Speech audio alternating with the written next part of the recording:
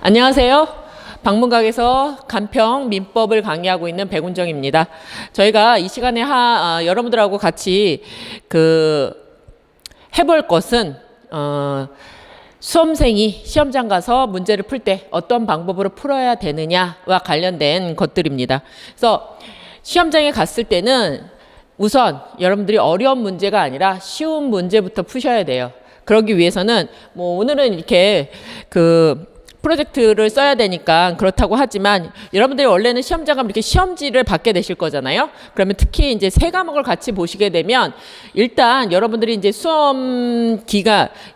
시험장에 가시기 전에 내가 쉬운 문제 어떤 과목을 어떤 과목부터 푸느냐 이것도 시간 조절하고 중요한 문제이기도 해요. 그래서 어떤 과목을 먼저 풀 건지 정하시고 그것부터 풀기 시작하는 것도 어떤 과목을 먼저 풀 거냐 하는 것도 우선순위도 시간 배분에 있어서 중요한 문제이기도 하고 민법과 관련해서만 보자면 민법에 문제가 나왔을 때 여러분들이 문제를 받으시면 전체적으로 한번 쭉 훑어보세요. 그러니까 매년 문제가 출제되는 게 여러 가지는 다르긴 한데 기본적으로 쭉 훑어보시고 올해는 문제가 길지 않다. 사례 문제가 많지 않다. 그리고 내 책형이 A형이냐 B형이냐 따라서 진도별로 문제가 출제되는 것도 있고 또 어떻게 됐죠? 막 섞여서 물건이 먼저 나오는 것들도 있어요. 그러면 그 A형인지 B형인지에 따라서 여러분도 대응하는 방법이 달라야 돼요. 무조건 1번부터 푸시지 마시고 어떻게 하셔야 돼요?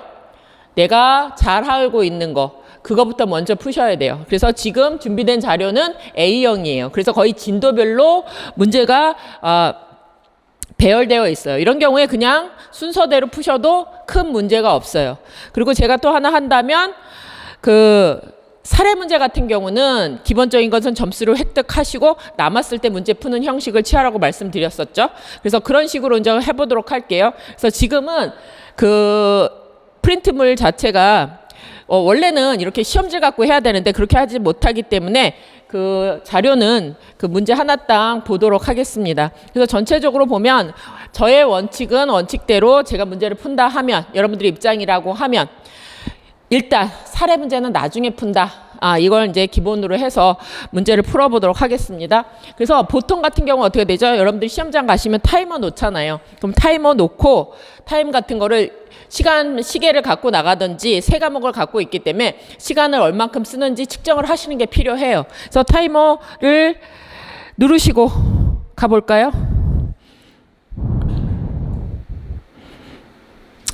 그러면 1번부터 봅시다. 이제 1번 문제 나왔으면 1번 법원 우리 많이 봤죠? 1조와 관련된 거죠. 옳은 걸 찾으래요. 그래서 동그라미를 찾으셔야 되죠. 그래서 이렇게 기억, 니은, 디귿으로 박스형으로 나온 것은 여러분들이 선택 지면을 한 지문이라도 덜 읽으셔야 하니까 기억 볼게요. 헌법에 의해서 체결된 민사에 관한 조항은 법원이 되죠. 1조가 얘기하는 거. 그래서 법원이다. 이거 이제 틀렸죠. 그래서 기억이 틀렸으면 옳은 거 찾으니까 세 개는 지우셔야 되는 거죠. 그럼 둘 중에 하나 찾아야 되면 니은은 읽을 필요가 없는 거잖아요. 그러면 어디를 읽으셔야 돼요? 디귿을 읽어야 되죠. 간습법은 법령에 저촉되지 않는 한 법칙으로서 효력이 있다. 1조가 어떻게 돼요? 법률 없으면 가습법 없으면 조리에 의하도록 하고 이거는 순서이기도 했죠. 그래서 맞는 문장이기 때문에 4번이 답이에요. 더 빠르게 체크하시고 넘어가셔야 돼요. 1번 같은 문제는 쉬운 문제고 2번 보겠습니다. 2번 신의칙에 관한 설명으로 옳은 것을 모두 골라라. 여기도 옳은 거를 고르래요. 옳은 것을 모두 골라라. 그래서 2조는 어떻게 푸시라고 얘기했죠? 신의칙이라고 나왔지만 조문이 있다. 그게 강행 규정이다. 그래서 기억 법원은 당사자에게 주장이 없으면 직권으로 신의칙 위반 여부를 판단할 수 없느냐? 규정이 있다. 직권으로 판단할 수 있다. 강행 규정이었죠. 그래서 여기도 어떻게 돼요? 기억이 틀렸기 때문에 옳은 거 찾는 거죠. 세 개 지우고 나면 이것도 뭐죠? 디귿만 읽으면 되죠. 그래서 보면 부동산 거래에서 신의칙상 고지 의무의 대상이 되는 것은 직접적인 법령 규정뿐만 아니라 간습법, 계약상, 간습법 또는 조리상 일반 원칙에 대해서도 인정될 수 있다. 그래서 신의칙의 효과 중에 없던 권리도 생기게 하는 거죠. 그렇기 때문에 뭐예요? 니은, 디귿 이렇게 답이 되는 거죠. 그래서 지문을 선택할 때 어떻게 하실지 판단하셔야 되는 거고 그 다음에 원칙적으로 어떻게 돼요? 케이스 문제가 나왔다. 그러면 얘는 나중에 푸시는 거예요. 그래서 여러분들이 근데 일단은 저희는 다시 오기가 힘들 거니까 3번 풀고 갈게요. 미성년자 갑과 그의 유일한 법정 대리인 을에 대한 설명으로 옳은 것은 1번. 그래서 여기도 옳은 거 찾는 거예요. 틀린 게 찾는 게 아니라 표시 잘 해놓으세요. 1번 갑이 그 소의 물건에 대한 매매 계약을 체결한 후에 미성년자인 상태에서 매매 대금의 이행을 청구하여 대금을 모두 지급받았다면 을은 그 매매 계약을 취소할 수 없다. 여기도 보면 잘 보셔야 돼요. 미성년자죠. 갑이 미성년자예요. 그래서 여러분들 갑을 동그라미 치시고 여기 미성년자잖아요. 그럼 미성년자가 매매계약을 체결했다. 그럼 원칙적으로 뭐죠? 취소할 수 있는 법률 행위죠. 그래서 무효와 달리 취소할 수 있는 법률 행위는 형성권을 줬기 때문에 형성권을 행사할 수 있느냐, 행사 못하느냐 이와 관련된 걸 찾으셔야 되는데 미성년인 상태에서 원칙적으로 어떻게 돼요? 취소할 수 있어야 되죠. 취소 못하는 경우는 뭐가 있었어요? 추인하거나 법정 추인하거나 제척기간을 도과했을 때는 취소할 수 없게 되는 거죠. 그런데 여기서 제척기간에 대한 문제는 안 나왔고 그러면 추인했느냐 의사표시 없었죠. 그럼 하나가 뭐가 문제돼요? 법정 추인이 됐느냐 이걸 확인하셔야 되죠. 그랬을 때 미성년자 상태에서 이행의 청구를 하여 대금을 모두 받았다. 근데 추인이든 법정 추인이든 요건이 뭐죠? 취소 원인이 소멸한 후에 한다는 건 동일해요. 근데 아직은 미성년자 상태예요. 그러니까 얘는 여전히 취소할 수 있다죠. 그래서 여기 틀렸고 2번 리을은 을은 누구였어요? 법정 대리인이었죠. 법정 대리인이 제한 능력자 미성년자에게 특정 행위죠. 행위에 대해서 허락을 한 경우면 8조가 적용되죠. 이때 8조는 다른 것과 달리 뭐죠? 성년과 동일한 효력이 나타나기 때문에 누가? 법정 대리인은 성년이 됐으니까 뭐가 돼요? 대리권이 소멸하죠. 그래서 틀린 거고. 미성년자 갑이 을의 동의 없이 타인에게 적법한 대리행위로 하는 건요. 대리는 행위 능력을 요하지 않기 때문에 제한 능력자 이유로 취소할 수 없다죠. 이것도 틀렸고. 4번 갑이 을의 동의 없이 신용구매 계약을 한 후에 그의 동의가 없음을 이유로 그의 계약을 취소하는 것은 신의 측에 반하느냐. 신의 측은 원칙적으로 사법행위뿐만 아니라 공법행위에도 적용되죠. 하지만 한계가 있죠. 민법의 결단인 의사능력, 제한능력, 행위능력의 제한의 경우에는 신의 측 적용 안 되죠. 그렇기 때문에 신의 측에 반하는 것처럼 보이지만 취소할 수 있는 거죠. 그래서 이것도 틀렸고. 5번 을이 재산의 범위를 정하여 갑에게 처분을 허락한 경우 6조죠. 갑이 그에 관한 법률 행위를 하기 전에 허락을 취소할 수 있다. 이거 조문에 있는 거죠. 이거 확인하시면 돼요. 5번이에요. 그래서 이 조문이 생각 안 난다고 하더라도 이 위에 거는 다 중요하게 우리가 다뤘던 문제들이에요. 그래서 케이스 문제라고 하더라도 여러분들이 푸실 수는 있어요. 제가 나중에 풀라고 하는 얘기는 시간 때문에 쫓기지 말라는 의미예요. 넘어갑시다. 4번 부재와 실조에 관한 설명으로 옳은 것은 1번 여기도 옳은 걸 찾으래요. 부재자 재산관리인의 권한 초과 행위에 대한 법원의 허가는 그렇죠. 초과 행위죠. 권한 초과 행위. 25조에서 부재자 재산관리인에 대해서 법률 규정에 따라서 범위를 정해놨죠. 그렇대 118조에 넘는 행위는 법정 추인을 받아라. 법원의 허가를 받아라. 그때 과거에 대한 처분행위에 사후추인의 방법으로도 할 수 있다. 1번 틀렸고. 법원이 선임한 재산관리에 대해서 부재자의 재산으로 상당한 보수를 지급할 수 있다. 2번이죠. 그래서 남의 재산을 관리한 경우에 이때 법원은 뭐죠? 이 재산관리인한테 부재사 재산관리인에서부터 보수 지급할 수 있다. 그래서 2번이 맞았죠. 그래서 우리가 문제 풀 때는 이렇게 확실한 지문이 나왔다면 뭐죠? 나머지 읽지 않고 넘어가셔도 돼요. 넘어갑시다. 그래서 여러분들이 OX를 확실히 칠 수 있다는 거와 차이점이 이거예요. 밑에를 안 읽고 넘어갈 수 있느냐 하는 것들이죠. 이거 보시고 5번 봅시다. 민법상 법인에 관한 설명으로 옳지 않은 거. 여기 이제 틀린 걸 찾는 거네. 옳지 않은 거, 틀린 거. 이것도 항상 확인하세요. 틀지 않는 거. 1번 재단법인의 정관 변경은 그 정관에 정한 방법에 따른 경우에도 주무관청의 허가를 얻지 않으면 효력이 없다. 그쵸? 무조건 우리 정관을 만들 때도 어떻게 한다고 그랬어요?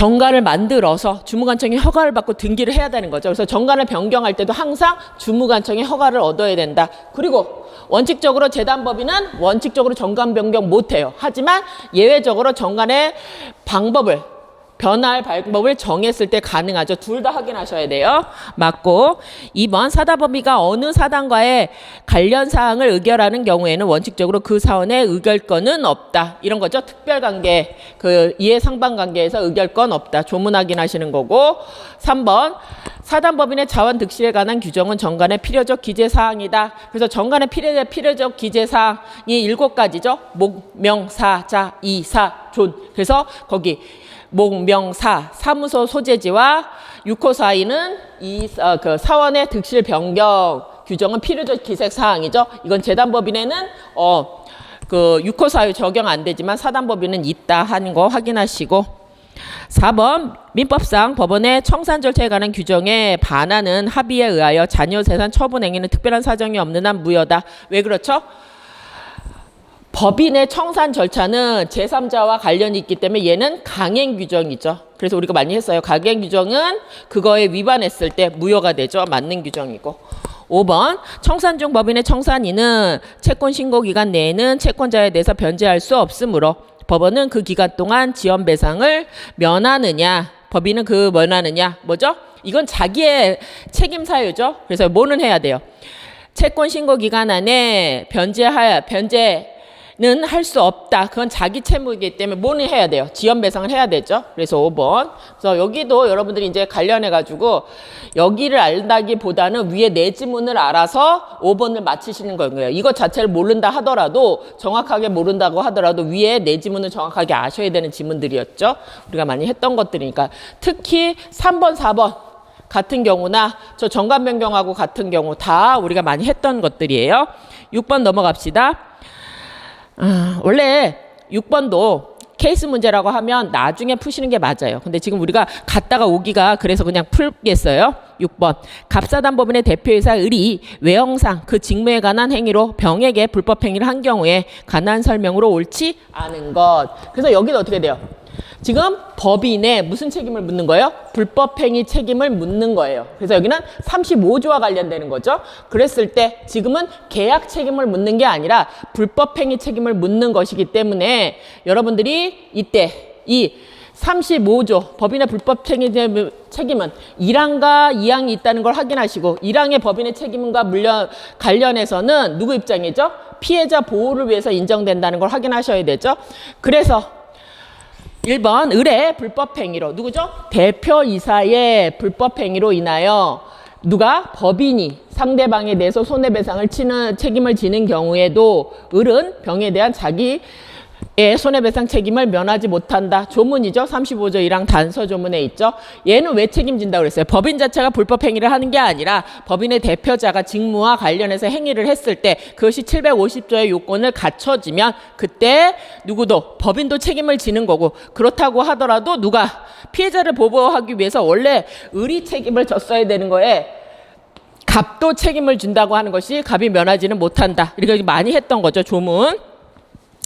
2번 갑의 손해배상 책임 원인이 을의 고의적인 불법행위인 경우에는 병에게 가실이 있더라도 가실상계가 적용될 수 없느냐. 원래는 얘는 고의적으로 했기 때문에 금방 얘는 가실상계가 인정되지 않는다 하더라도 뭐죠? 손해배상 책임이죠. 손해배상 책임의 경우에는 가실상계가 적용될 수 있다. 그래서 답이 2번이네요. 이것도 많이 했던 것들이에요. 그래서 가실상계는 어디에서 나온다? 계약 책임이 아니라 손해배상 책임에서 나온다. 근데 지금 뭘 물어보겠다? 350조에 따른 법인의 불법행위 책임으로 인한 손해배상 책임을 문제되는 거기 때문에 누구는 고의적으로 한 을이 대표자가 가실상계 인정되지 않는다 하더라도 누구는 법인은 무가실 책임을 지는 거죠. 가실상계 적용된다예요. 그래서 여러분들이 문제 풀 때 이렇게 확인하시면 되고 거기 뭐 관련해서 밑에 있는데 우리가 시험장에서 문제 풀었으면 답 나오면 확실하다고 하면 안 풀고 이제 지문 안 풀고 넘어가셔야 돼요. 그래서 이제 여러분들이 이렇게 풀었거나 아니면 어떻게도 푸실 수 있어요. 내가 35조와 관련해서 제일 중요하게 했던 거 있잖아요. 이렇게 알았거나 알 수 있는 경우에는 물을 수 없다. 이런 거 관련한 것들 확인하시는 것도 가능해요. 그래서 꼭 1번부터 풀진 않으셔도 돼요. 그래서 내가 중요하게 생각하는 거, 알고 있는 거 먼저 적용하셔도 돼요. 넘어갑시다. 7번 봅시다. 갑사단법인이 3인의 이사 을병정을 두고 있는 경우에 간단 설명으로 옳지 않은 것은, 이거 옳지 않은 거 찾으래요. X 찾는 거죠. 그래서 여기는 뭘 얘기하고 있는 거죠? 대표 이사가 지금 한 명이 아니라 어떻게 되죠? 이사가 수인인 경우에 우리가 외웠죠? 원칙 각자 대표가 원칙이죠. 그래서 대외적으로는 각자 대표하고 대내적은 업무 집행은 과반수 이상이었죠. 1번 을병정은 갑의 사무에 관하여 원칙적으로 각자 법인을 대표한다. 맞고 2번 갑의 전간에 을의 대표권 제한에 대한 규정이 있더라도 이를 등기하지 않으면 그와 같은 전간의 규정에 대해서 악의인 제3자한테도 대항할 수 없다. 무조건 60조는 나온다 그랬죠? 우리 지금 이거 읽었네요. 2번을 안 읽었네요. 2번 보세요. 갑은 대내적 사무집행은 정관에 다른 규정이 없으면 과반수로 결정한다. 이사 과반수 결정 맞고, 갑이 정관에 을의 대표권 제한에 관한 규정이 있더라도 정관의 대표권 제한이 있으면 누구와? 대표자와 법인 간에는 효력이 발생하지만 그거를 등기하지 않으면 제3자에게 대항할 수 없다고 규정하고 있죠. 그건 60조고 판례는 이때 악의자한테도 대항할 수 없다. 맞고 4번 병이 제3자에게 갑의 재반 사무를 포괄 위임하는 경우에 그에 따른 제3자의 사무 대행에는 원칙적으로 갑에게 효력이 없다. 뭐죠? 이 대표자죠. 대표이사가 포괄 위임 원칙적으로 인정되지 않죠. 이거 포괄 위임 자체는 인정되지 않기 때문에 이것 자체가 효력이 없죠. 그래서 포괄 위임이 인정되지 않아서 어떻게 돼요? 특정 업무와 관해서만 그 대리인을 선임할 수 있는 거죠. 그래서 여기도 없다. 이것도 많이 하셨던 거고. 5번 갑의 토지를 정이 매수하는 경우에 이 사항에 관하여 정은 대표권이 없으므로 법원은 이해관계인의 검사의 청구에 의해서 임시이사를 선임하여야 한다. 그래서 우리는 임시이사는 뭐죠? 결혼이 생겼을 때고 이렇게 누구요? 법인과 이사의 이해 상반관계가 되는 거. 서로 한 사람은 싸게 사고 싶은 거고 한 사람은 어떻게 되는 거죠? 돈을 많이 받고 싶은 거죠. 이런 경우라면 여기 어떻게 돼요? 특별대리인이죠. 그래서 5번이 틀렸죠. 그래서 매일 나오는 것들이 나오고 있어요. 넘어갑시다. 7번 반사회적 법률행위의 행위로서 무효가 아닌 것은, 그래서 우리가 반사회적 법률행위 많이 나오는 것들 있잖아요. 뭐죠? 이중매매에서 적극적 가담, 뭐 반사회적 조건이 붙은 거 이런 것들인데 안 되는 것들의 대표적인 건 뭐였죠? 허위 표시는 108조 위반이긴 하지만 103조 위반은 아니었다. 또 하나는요. 강제집행이나 양도소득 때 면탈하는 거, 소극적으로 은닉하는 거, 이거는 무효, 103조 무효는 아니었죠. 그래서 여기는 양도소득 때 면탈을 목적으로 하는 거는 103조 위반은 아니다. 강행기종 위반은 될 수는 있으나. 그래서 여기는 103조 위반이 무효가 아닌 걸 찾으니까 5번이 답이에요. 그래서 이게 되는 거를 하나씩 찾기도 하지만 이렇게 아닌 걸 찾으면 우리가 제일 잘 알고 있는 것들 있잖아요. 그래서 소극적 은닉행위, 양도세 면탈, 강제집행 면탈 이런 것들은 아니었다. 그래서 허위로 인한 저당권 설정행위 이런 거 다 아니었다는 거죠. 그래서 여기는 여러분들이 1번씩 하나씩 찾는 것도 방법이지만 아닌 거 찾는 것도 우리가 답됐던 거 다시 한번 찾으시면 돼요. 9번 보겠습니다. 불건전한 법률에 관한 설명으로 옳지 않은 것은, 여기도 뭐죠? 틀린 걸 찾으라고 얘기하고 있어요. 틀린 걸 찾아야 돼요. 1번 급부와 반대급부의 현저한 불균형은 그 무효를 주장하는 자가 증명해야 된다. 원래 무효나 취소를 주장하는 자가 요건을 다 증명해야 돼요. 근데 불공정한 법률행위는 급부와 반대급부의 현저한 불균형이 있어야 되고, 그게 뭐죠? 궁박경설 무경험으로 인하여야 되고 상대방의 일을 알고 이용했어야 되는 거죠. 그래서 1번 맞고, 그래서 그걸 누가 무효를 주장하는 자가 증명해야 되고, 2번 무경험은 어느 특정 행위에서의 경험 부적이 아니라 거래 일반에 대한 경험 부족이다. 그래서 요건 하나 성립하기 어렵다 그랬죠. 맞고. 대리인이 한 법률행위는 궁박은 본인이었죠. 맞고. 4번 법률행위로 불공정한 법률행위로 무효인 경우 원칙적으로 추인하여도 유효로 될 수 없다. 맞죠? 왜 그래요? 불공정한 법률행위는 어디죠? 사회 질서와 관련되어 있는 거기 때문에 당사자가 추인한다고 하더라도 효력이 나타나지 않는다. 그래서 강행법규 위반, 백섬조 위반, 불공정한 법률행위는 추인하여도 효력이 나타나지 않는다. 무조건 나온다고 말씀드렸던 거고. 5번 경매 절차에서 매각 대금이 시가보다 현저히 저렴한 경우 그 경매는 불공정한 법률 행위로서 무효이냐. 그래서 여기는 현저한 불균형이 있어야 되는데, 즉 불공정성이 문제야 되는데 경매 자체는 누가 팔아줘요? 법원이 팔아줬기 때문에 불공정성 자체가 문제가 되지 않아서 103조 적용되지 않는다. 그래서 104조로 무효가 되지 않아요. 그래서 그 5번이 맞고. 10번 물건에 대한 설명으로 옳지 않은 것. 여기도 옳지 않는 걸 찾는데 우리는 그 세모를 잘 이용하셔야 된다고 얘기했어요. 그래서 1번 보시면 주물의 압류의 효력은 특별한 사정이 없는 한 종물에 미치지 않느냐. 그랬을 때 우리가 주물은 종물의 처분에 따른다고 얘기하고 있지만 이 압류는 처분 금지이기 때문에 원래 어떻게 돼요? 미쳐요. 이게 틀린 지문이에요. 근데 여러분들이 기출지문에서 안 봤다. 그럼 어떻게 돼요? 바로 X, OX를 치지 마시고 잘 모르겠다고 하면 세모를 치시는 거예요. 이럴 경우 어떻게 돼요? 나머지 거를 보시고선 안 됐을 때 저걸 해결하셔야 되는 거죠. 2번은 봤죠? 사람의 유걸, 물건이라고 하는 거는 뭐죠? 비인격성을 가져야 되지만 사람이 죽고 난 다음에 유걸은 어디요? 매장 관리의 대상은 될 수 있는 유체물이 되죠. 그래서 이게 맞는 지물이고, 그리고 물건은 유체물, 전기, 기타 관리할 수 있는 자연력 맞고, 법정과실은 출처한 존속 일수를 위해서 취득한다. 주물을 처분하고 종물만 처벌하지 않기로 하는 특약은 유효하다. 이게 뭐죠? 100조 2항인 주물종물 이론은 뭐죠? 임의 규정이기 때문에 약정 가능하다. 그러니까 뭐예요? 이거 다 맞으니까 얘가 틀렸다. 이렇게 하셔도 된다는 거예요. 그래서 내가 기출문제를 못 봤기 때문에 확실하게 OX를 치지 못하는 거는 바로 치지 마시고 이런 식으로 어떻게 돼요? 일단 세모를 해놨다가 나머지 것이 맞으면 그때 답을 찾으시는 것도 가능해요. 그래서 애매한 거를 OX가 없는데 바로 인정하시면 안 돼요. 그래서 이거는 이렇게 푸셔도 돼요. 넘어갑시다. 11번 착오에 관한 설명으로 옳지 않은 거. 그래서 여기도 옳지 않는 거 찾아야 되죠. 계속 이거 확인하세요. 그래서 1번 대리인이 의사표시를 하는 경우 하자는 대리인 기준으로 해야 되기 때문에 본인을 표준으로 판단해야 된다. 이거 틀렸죠? 대리인 표준이죠. 이거 제일 쉬운 거잖아요. 1번 하고 넘어가시면 되고. 넘어갑시다. 12번 사기 강박으로 인한 의사표시에 관한 설명으로 옳지 않은 것은, 여기도 옳지 않는 거 찾네요. 그래서 상대방의 기망행위로 의사결정에 동기에 관한 착오를 일으켜 법률행위를 한 경우 사기를 이유로 취소할 수 있느냐. 이것도 잘 봐야 되죠. 기망행위 나왔다고 다 사기 강박으로 인한 경우가 아니죠. 뭐부터 확인하시라고 그랬어요? 착오가 뭔지부터 확인하셔야 된다고 얘기했죠. 그랬을 때 이게 법률상 착오다 하면 뭐만 적용돼요? 109조만 적용되지 110조는 적용 안 돼요. 근데 여기는 어떻게 돼요? 동기의 착오기 때문에 109조, 110조 다 적용될 수 있죠. 그래서 이 동기의 착오가 기명으로 일단은 가능하다. 그래서 1번 지문도 여러분들이 쉬운 지문 같지만 잘 확인하셔야 되는 것들이에요. 2번 상대방이 불법적 해약고지 없이 각서에 서명 날인한 것을 강력히 요구하는 것만으로 강박이 되지 않는다. 강박은 뭐죠?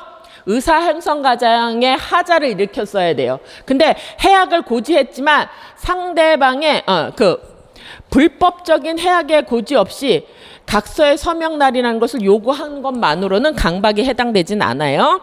그래서 우리가 110조와 관련해서만 위법성이 나와요. 그렇기 때문에 여기 불법적이 위법성이 없다고 하면 인정되지 않는다. 3번 부작위로 한 기망도 사기한 의사표시가 성립할 수 있다. 뭐죠? 부작위가 자기 의무가 있는 사람이 부작위했을 때는 사기가 가능하다. 맞는 것이고, 4번 제3자에 의한 사기로 계약을 체결한 경우 표의자는 먼저 그 계약을 취소하여야 제3자에 대하여 불법 행위로 인한 손해배상을 청구할 수 있느냐. 이게 제3자 사기든 그냥 사기든 사기 행위로 계약을 취소하는 거가 손해배상 청구가 하는 거는 각각 인정되는 거죠. 그래서 틀렸죠. 4번입니다. 13번 봅시다. 13번 상대방 있는 의사표시에 관한 효력에 관한 설명으로 옳은 걸 찾으래요. 옳은 거. 1번 의사표시에 도달한 표의자의 상대방이 이를 현실적으로 수령하거나 그 통지 내용을 알았을 것을 요한다. 그래서 뭐죠? 우리 도달이라고 하는 거는 아니죠. 요지주의가 아니라 객관적 상태에 있으면 되는 거죠. 2번 제한 능력자는 원칙적으로 의사표시에 수령 무능력자이다. 맞죠? 행위 일을 할 수 있는 사람은 의사표시도 받을 수 있다고 보는 거죠. 그래서 원칙적으로 제한 능력자는 행위 능력이 제한되고 있기 때문에 당연히 수령 능력도 제한된다고 보죠. 그래서 2번이에요. 답. 그래서 옳은 거 찾는 거 넘어갑시다. 4번 복대리에 관한 설명으로 옳지 않는 것은, 그래서 여기도 옳지 않는 걸 찾는 건데 복대리는 뭐죠?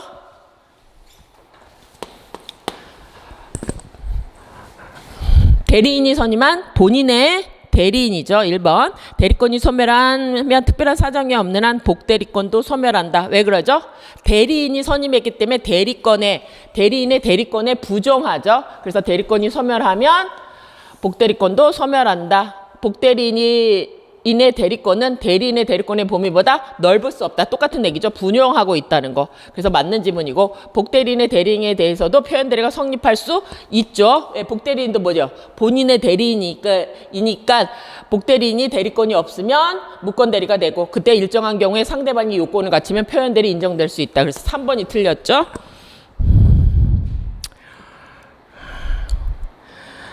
15번 봅시다. 15번도 원래는 이렇게 나오면 여러분들이 이제 맨 마지막에 풀으셔야 되는 거 맞아요. 근데 풀어봅시다. 갑으로부터 대리권을 수여받지 않은 갑의 처을은 자신의 오빠 A가 원래는 어떻게 돼요? 이런 것들은 넘기시는 게 맞아요. 넘기시고 풀으시면 되는데 그래서 이건 무권대리라는 것만 확인하시면 돼요. 그래서 병에게 부담하는 고가의 외제차 자동차 할부 금전에 대해서 갑의 대리인이라고 하면서 갑을 연대보증인하려 계약을 체결하였다. 이에 관한 설명으로 옳은 것을 찾아라. 되게 길어요. 그럼 여러분들은 원칙적으로 이런 거 나오면요. 일단은 안 풀고 넘어가시는 게 맞아요. 안 풀고 넘어가시는 게 맞아요. 그런데 답은 쉽게 나왔어요. 다음 중 옳은 걸 찾는 거네요. 옳은 걸 찾는 건데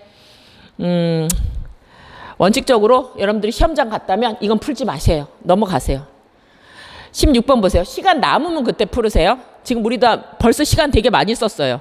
이제 설명을 하면서 풀고 있기 때문에 많이 썼기 때문에 원칙적으로 풀지 마세요. 맨 마지막에 푸세요. 16번 볼게요. 법률행위 무효에 관한 설명으로 옳지 않은 것.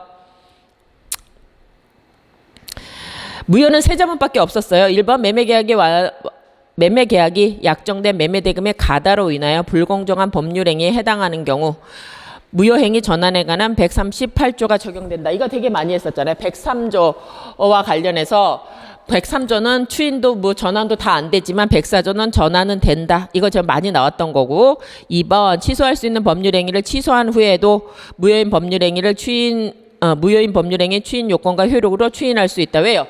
취소되면 확정적 무효가 되니까 무효인 법률행위로 추인할 수 있다. 이것도 많이 했던 거고 3번 일본 무효에 관한 130조는 임의 규정이다. 맞죠? 이거 집합양도 같은 거 나오면 모르잖아요. 그럼 세모하시라고 그랬죠. 그럼 얘는 5번을 보고서 얘가 맞으면 얘가 틀린 거죠.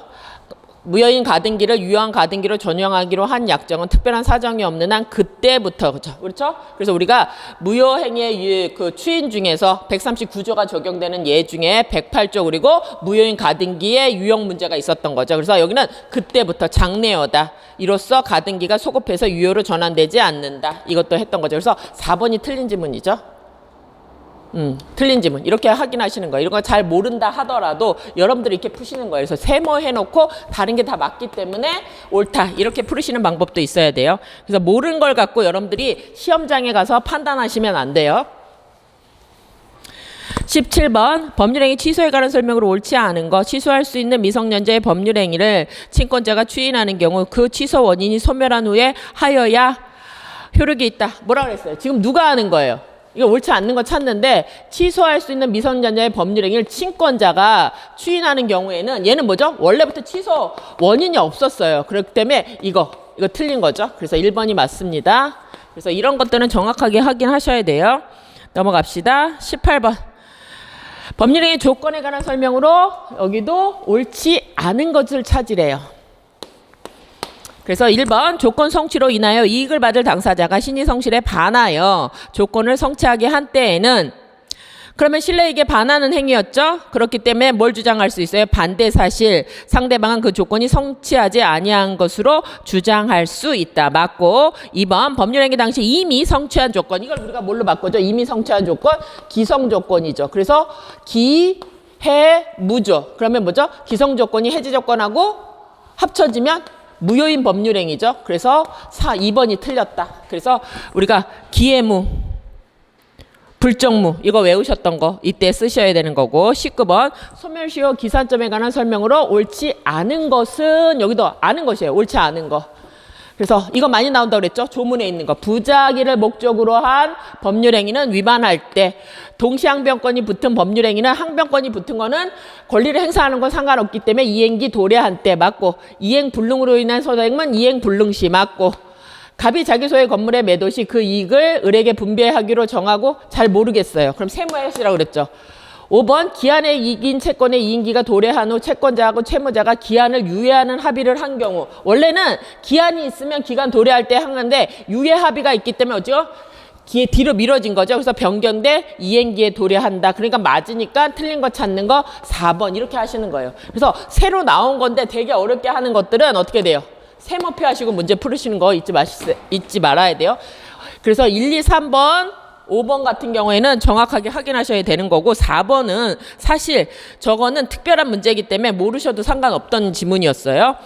20번 소멸시효 중단 정지에 관한 설명으로 옳지 않은 거. 1번 중단은 원칙적으로 당사자 및 그 승계인한테만 효력이 있다. 조문입니다. 2번 우리 소멸시효는 뭐죠? 법률 규정에 의한 법률 소멸 사유죠. 그럴 때니까 규정에 있는 거에 따라야 돼요. 그때 중단 사유로서는 청구, 압류, 가압류예요. 거기에는 청구 중에 뭐가 포함된다? 2번 파산 절차 참가는 채권자가 이를 취소하거나 그 청구가 각하된 때 시효 중단이 없게 된다. 맞고 3번 부재자 재산 관리는 법원의 허가 없이 부재자를 대리하여 상대방의 채권의 소멸시효를 중단시키는 채무 승인을 할 수 없다. 그래서 아까 뭐라고 했어요? 부재자 재산 관리인은 뭘 할 수 있어요? 보존행위와 이용 계량행위, 성질을 변하지 않는 이용 계량행위를 할 수 있지만 처분행위는 할 수 없었어요. 그러면 얘가 뭐냐는 거죠? 이렇게 상대방 채권의 소멸시효를 중단시키는 행위는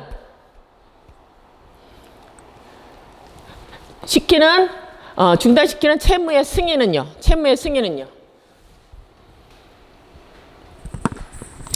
채무의 승인은 이러고 보면 허가 없이 부재자를 대리하여 상대방의 채권의 소멸시효를 중단시키는 채무의 승인을 하는 건 어떻게 돼요? 권리가 중단되도록 하는 거죠. 이런 경우에는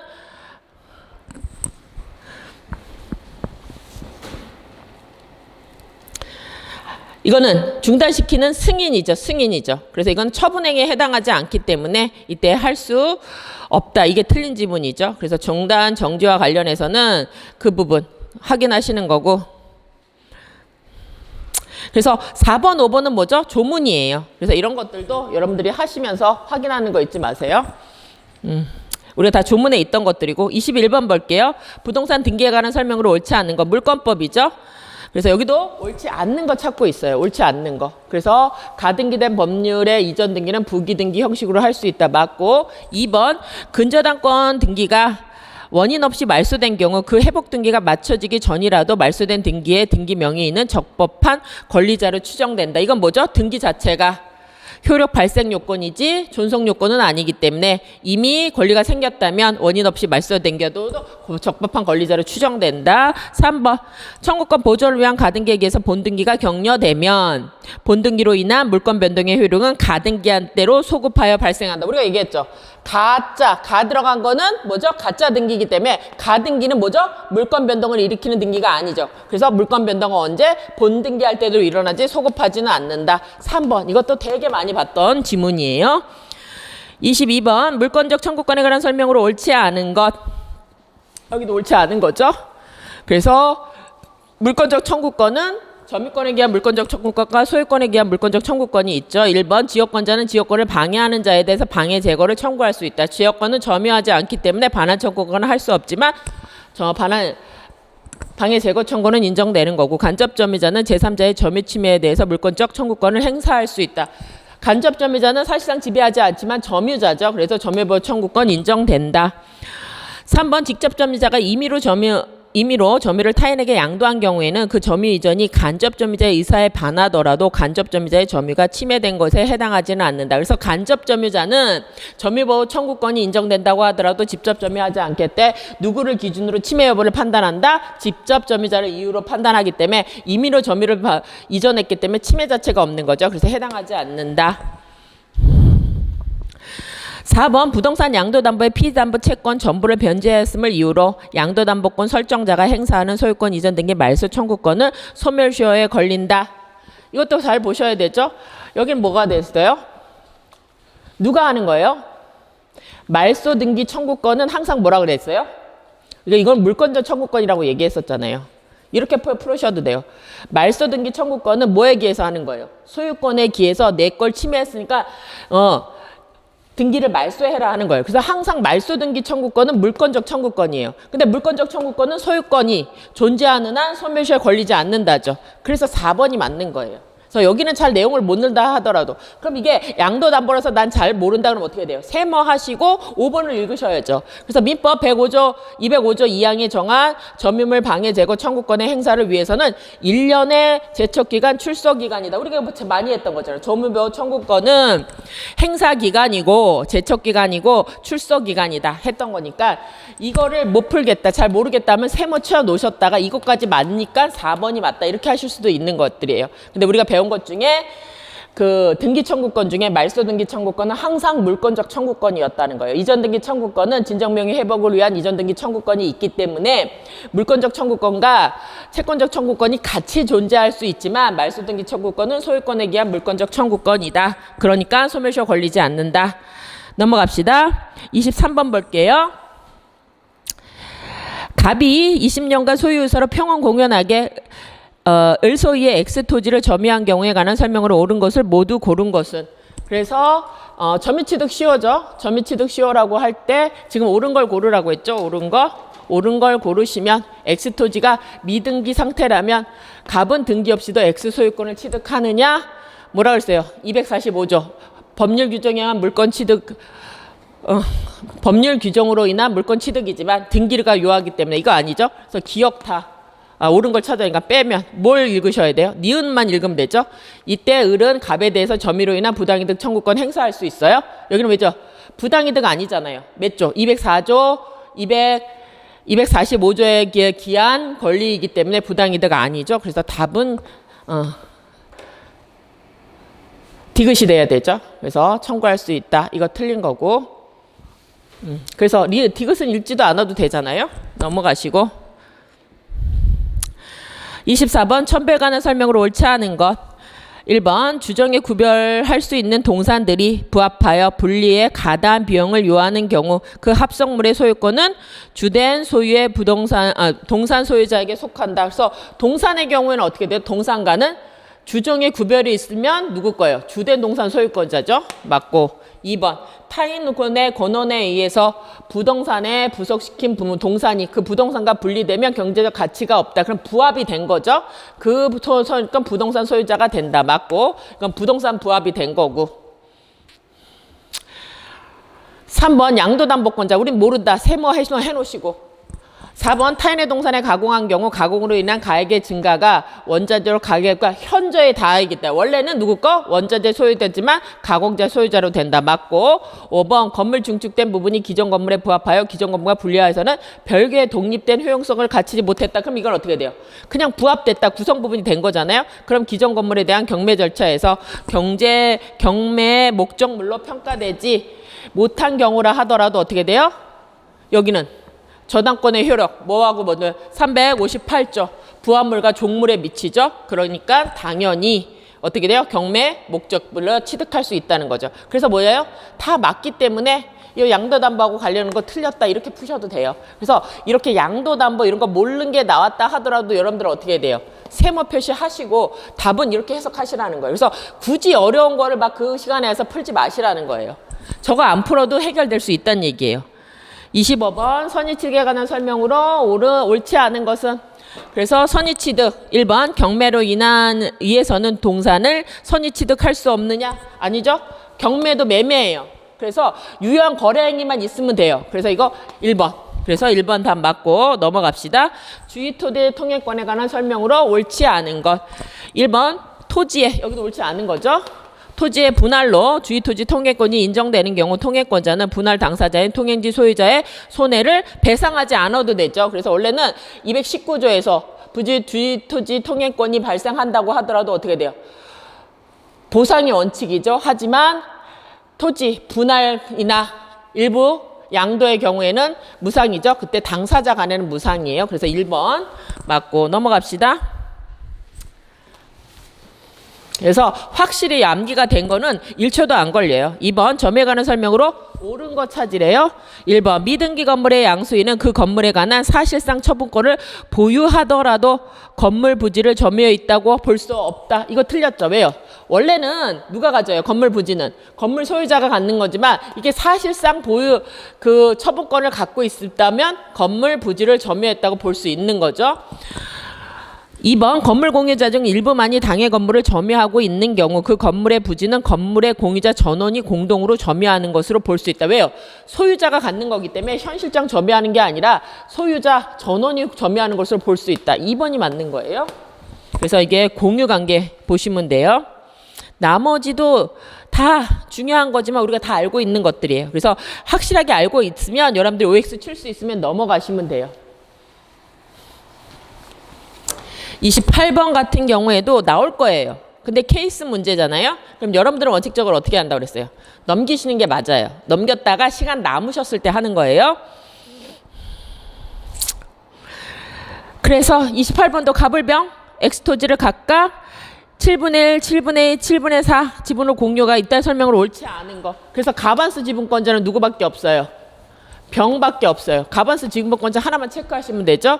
그렇기 때문에 갑은 소수 지분권자잖아요. 병만이 가반수 지분권, 허배 없이 전부를 독립해서 점유하는 경우 을은 갑에 대해서 권물을 보존행해서 X 인도를 청구할 수 없다. 이거 판례 변결된 거잖아요. 그래서 이게 이제 중요했던 거고, 정의 X토지 전부를 불법적으로 점유한 경우 변은 갑은 단독으로 X토지 전부의 인도를 구할 수 있느냐? 제3자는 하나도. 얘는 정은 원래 공유자 아니잖아요. 그냥 공유자 아닌 사람은 뭐죠? 전부를 청구할 수 있는 거고, 다수지분권자잖아요. 다수지분권자가 혐의 없이 X 전부를 임대한 경우 이 임대는 어떻게 돼요? 관리행위로서 적법한 것이 되기 때문에 갑은 무에게 차임 상당의 일을 반환을 청구할 수 있나? 갑은 누구한테 청구를 못해요. 얘는 적법한 사람이고 얘는 부당이득이 없기 때문에 얘한테 청구하는 게 아니라 누구한테 청구해야 돼요? 병한테 청구해야 되죠. 그래서 3번이 틀렸다.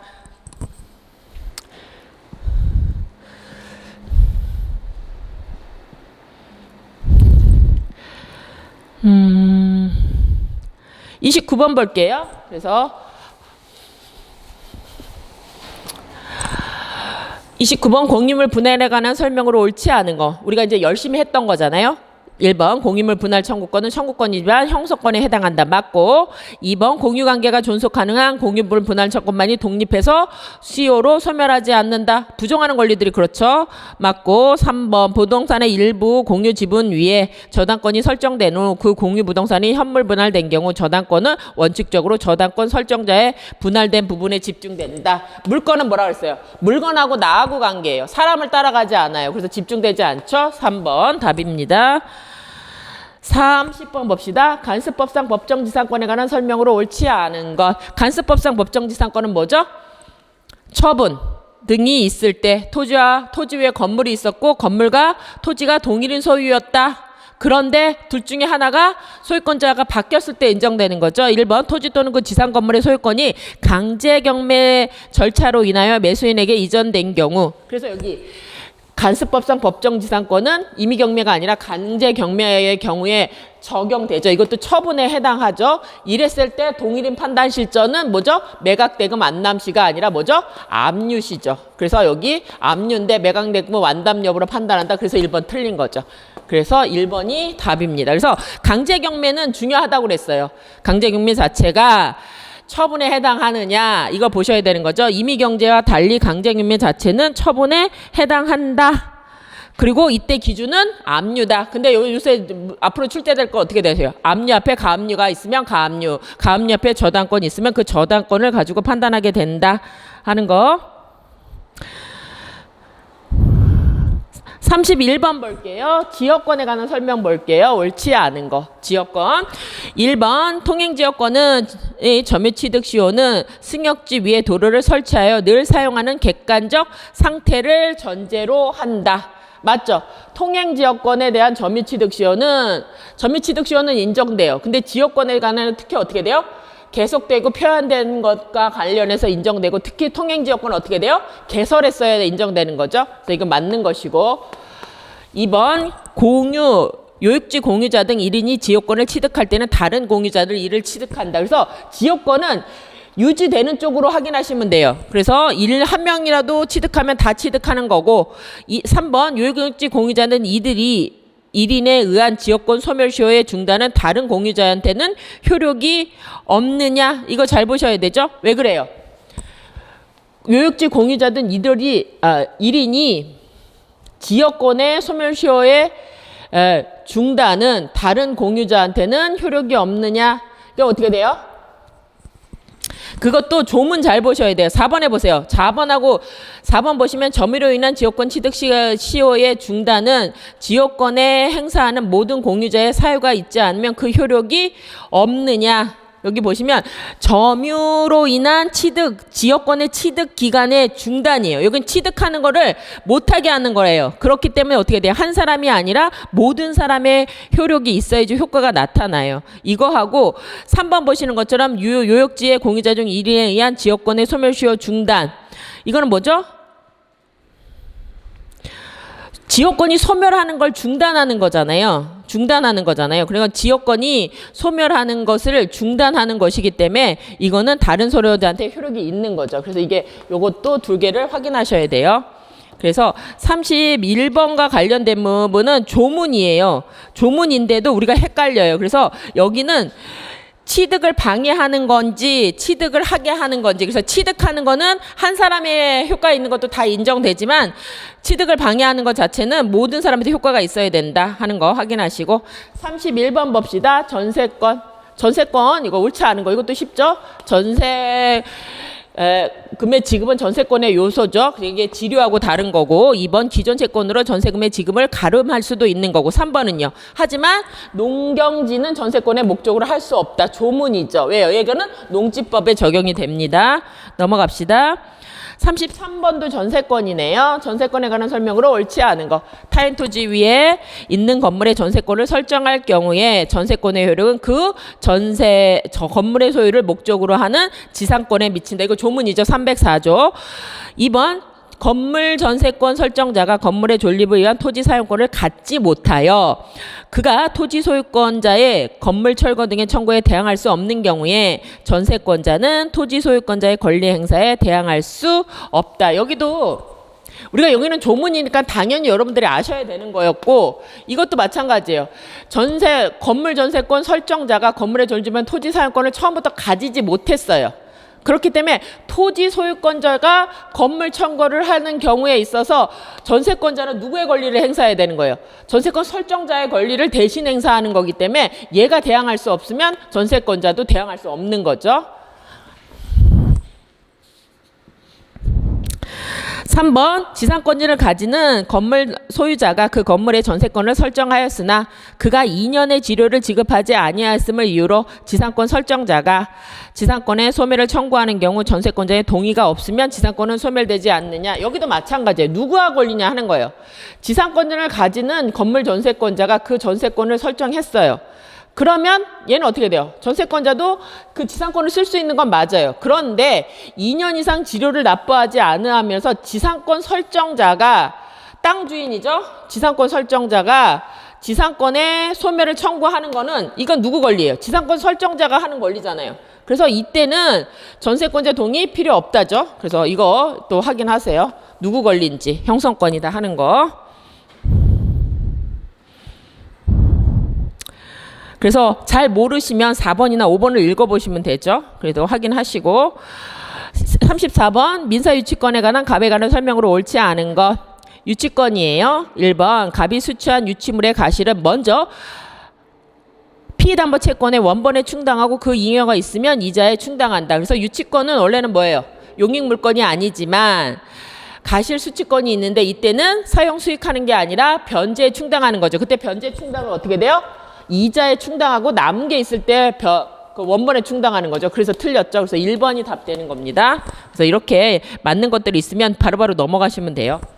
35번 유치권에 관한 설명으로 옳은 것은 유치권은 법정 담보 물건이다. 이게 질권하고 저당권의 차이점이었죠. 1번 유치권 배제 특약이 있더라도 다른 법정 요건이 모두 충족되면 유치권은 성립하느냐. 유치권은 우리가 만들 수는 없지만 우리가 배제 특약은 가능한 임의 규정이었죠. 그래서 1번 틀렸고 옳은 걸 찾아야 되는데 2번 채무자는 상당한 담보를 제공하고 유치권의 소멸을 청구할 수 있다. 유치권은 소멸 청구권이 인정돼요. 그건 뭐죠? 남의 물건을 갖고 있기 때문에 선량하게 관리해야 되고 얘는 용익물건이 아니기 때문에 그렇죠? 동의 없으면 쓰지 말아야 되는데 쓴 경우 아니면 상당한 담보 제공일 때 소멸 청구할 수 있다. 3번 원칙적으로 유치권은 채권자 자신의 소유 물건에 대해서도 성립하느냐. 유치권도 제한 물건이죠. 제한 물건은 항상 타인 물건 위에 성립되지 내 물건 위에 성립되지 않죠. 3번 쉬운 문제였어요. 넘어갑시다. 동산 질권 봅시다. 질권 옳지 않은 것. 1번 질권자는 피담보 채권을 변제받기 위해서 질물을 경매할 수 있고 뭐죠? 담보 물건이에요. 우선 변제권이 있는 거죠. 그 매각 대금으로부터 일반 채권자와 동일한 게 아니라 어떻게 돼요? 담보 물건은 우선 변제 받는 권리죠. 그래서 1번 틀렸습니다. 담보 물건의 법적 성질을 알고 있느냐. 쉬운 문제였어요. 37번 봅시다. 365조의 일괄경매 청구권에 대한 설명으로 옳은 것을 골라라. 그래서 기억 보시면 일괄경매 청구권은 원칙이 뭐죠? 법정지상권이 성립 안 된다는 거였죠. 그래서 보시면 기억, 토지의 저당권이 설정된 후에 그 설정자가 그 토지의 건물을 축조하였다. 그래서 저당권 설정 당시에는 건물이 없다가 나중에 건물이 축조됐죠. 그래서 뭐가 없어요? 법정지상권이 인정 안 된다. 이랬을 때 저당권자가 토지와 함께 그 건물에서 경매를 청구하는 경우 저당권자는 그 물건의 건물에 대해서도 경매 대가는 우선 변제 받을 수 있느냐. 저당권은 어디에만 설정했어요? 토지에만 설정했기 때문에 같이 경매를 신청하더라도 어떻게 돼요? 저당권을 설정하지 않은 건물에 대해서 우선 변제 받을 수 없다죠. 그래서 옳은 걸 찾아야 되니까 기억 있는 거 다 지우셔야 되는 거죠. 그래서 2개 지우고 그 다음에 니은이나 디귿 봐야 되네요. 니은 봅시다. 저당권 설정자로부터 저당 토지에 대한 용익물권을 설정받은 자가 그 토지의 건물을 축조한 후 저당권 설정자가 그 건물의 소유권을 취득한 경우 저당권은 토지와 건물을 일괄하여 경매를 청구할 수 있다. 법정지상권은 저당권 설정할 때 토지와 건물이 동일인 소유여야 하는 거죠. 하지만 일괄경매 청구권은 뭐죠?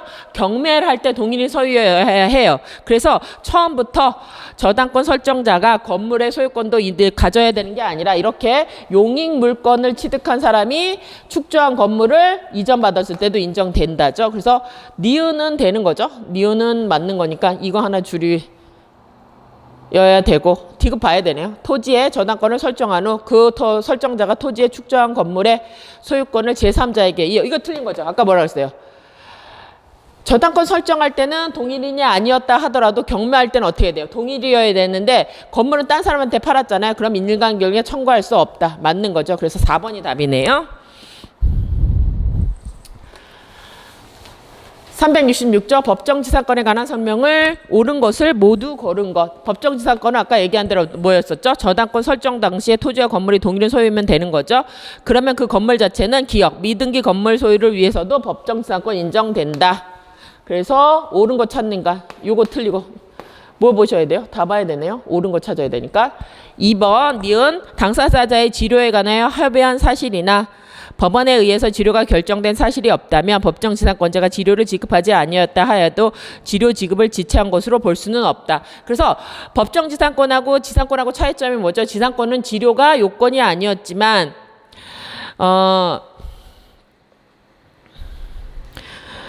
지료가 요건이 아니었지만 법정지상권은 지료 지급 의무가 있죠. 그렇다 하더라도 뭐죠?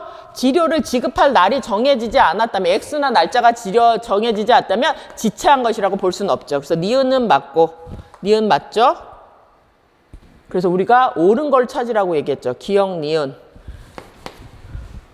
그러면 5번이 답이네요. 그래서 디귿은 안 읽어봐도 되네요. 이렇게 문제에서 선택하시는 것들은 이렇게 확인하셨을 때 가능하세요. 넘어갑시다.